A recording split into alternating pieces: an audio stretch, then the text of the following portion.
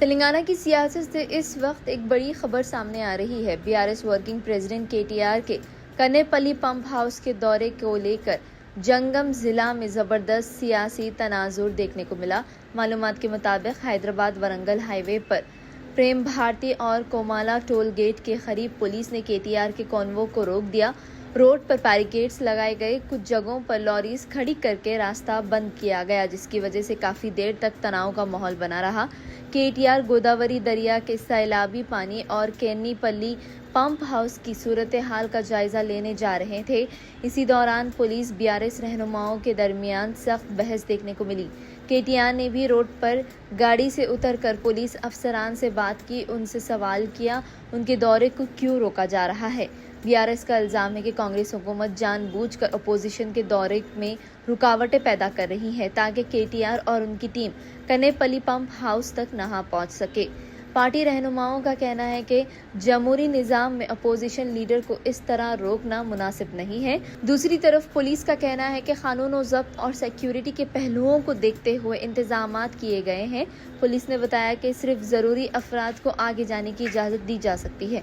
इस वाक़े के दौरान बीआरएस के कई सीनियर लीडर्स, जिनमें पाला राजेश्वर रेड्डी, कौशिक रेड्डी और साबिक वजीर जगदीश रेड्डी भी शामिल थे, पुलिस से बहस करते नजर आए। बैरिकेड्स के करीब बीआरएस कारकुनन की भी बड़ी तादाद जमा हो गई, जिससे माहौल मजीद गर्म हो गया। फिलहाल इलाके में पुलिस की भारी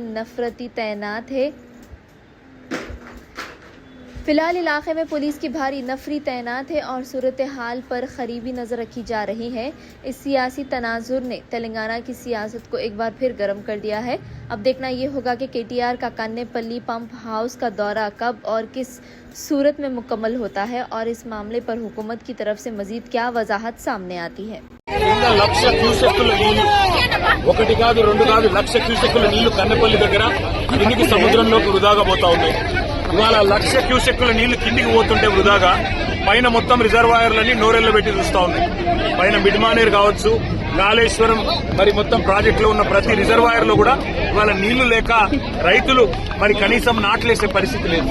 కింద లక్ష క్యూసెక్కుల నీళ్లు ఏవైతే వృధాగా పోతున్నాయో వాటిని చూపెట్టడానికి రైతులు మొత్తం తెలంగాణలోని రైతాంగం మొత్తానికి ఈ ప్రభుత్వం యొక్క దుర్మార్గమైన వైఖరిని చూపెట్టడానికి కన్నెపల్లి దగ్గర పంప్ హౌస్ లో మోటార్లు చాలు చేస్తే మేడిగడ్డ బరాజ్ తో సంబంధం లేకుండా ఇవాళ మొత్తం తెలంగాణను సస్యశ్యామలం చేసే విధంగా కాళేశ్వరం ప్రాజెక్టు కేసీఆర్ గారు డిజైన్ చేసినారు.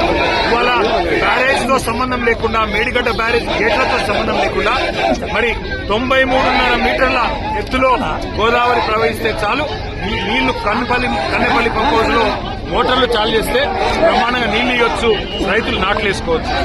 ఆ నీళ్లను చూపెట్టడానికి పోతుంటే ఇవాళ మమ్మల్ని జనగామలోనే అడ్డుకునే ప్రయత్నం చేస్తూ ఉంటారు. ఈ ప్రభుత్వానికి ఇంత భయం ఎందుకని నేను అడుగుతున్నాను. కింద లక్ష క్యూసెక్కుల నీళ్లు వృధాగా పోతుంటే చేతగాని ముఖ్యమంత్రి నీళ్లు ఒకవేళ ఇస్తే మళ్ళా యూరియా ఇయ్యాలి, నీళ్లు ఇస్తే పంట కొనాలి, మద్దతు ధర ఇయ్యాలి, నీళ్లు ఇస్తే నీళ్లు వస్తే బోనస్ ఇయ్యాలి.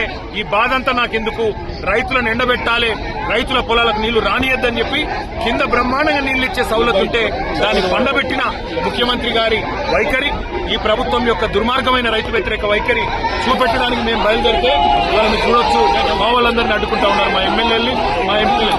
అందుకే మేము అనేది ఈ ప్రభుత్వాన్ని దమ్ముంటే చేతనైతే మంచి పనులు చేసి మంచి ఇవాళ ఉద్దేశపూర్వకంగా మమ్మల్ని అడ్డుకొని వరంగల్ జిల్లాలోనే మరి ఇక్కడికిక్కడే ఆపాలని మీ ప్రయత్నం ఏదైతున్నదో ఖచ్చితంగా పోలీసులకు మరలబడైనా ఇక్కడి నుంచి పోతాం.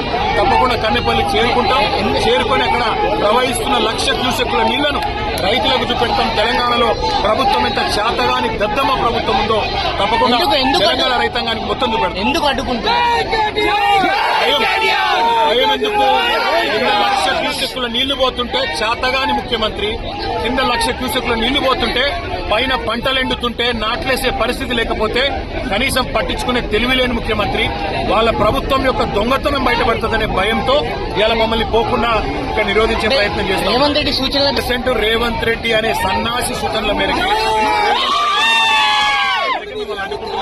దాన్ని వదిలిపెట్టాం. తప్పకుండా కన్నెపల్లి చేరుకుంటాం. లక్ష క్యూసెక్ల నీళ్లు ఇవాళ రైతులకు చూపెట్టాం. నెక్స్ట్ మా పని